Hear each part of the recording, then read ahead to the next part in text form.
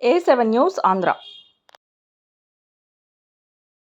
మంత్రి పార్థసారథి గారి స్ఫూర్తితో విజయవాడకు 5 కేజీల బియ్యం బ్యాగ్స్ 500 మందికి 1000 దుప్పట్లు, 1000 టవల్స్ కలిపి నూజివీడు మండలము సుంకొల్లు గ్రామానికి చెందిన తెలుగుదేశం పార్టీ నాయకులు విజయవాడ వరద బాధితులకు రైస్ బ్యాగ్స్, దుప్పట్లు, టవల్స్ పంపిణీ చేశారు. గృహ నిర్మాణ, సమాచార, పౌర సంబంధాల శాఖ మంత్రి కొలుసు పార్థసారథి గారి పిలుపుతో నూజివీడు పార్టీ ఆఫీసు నుండి విజయవాడ నగరంలో వరద బాధితులకు పంపిణీ నిమిత్తం పంపించారు.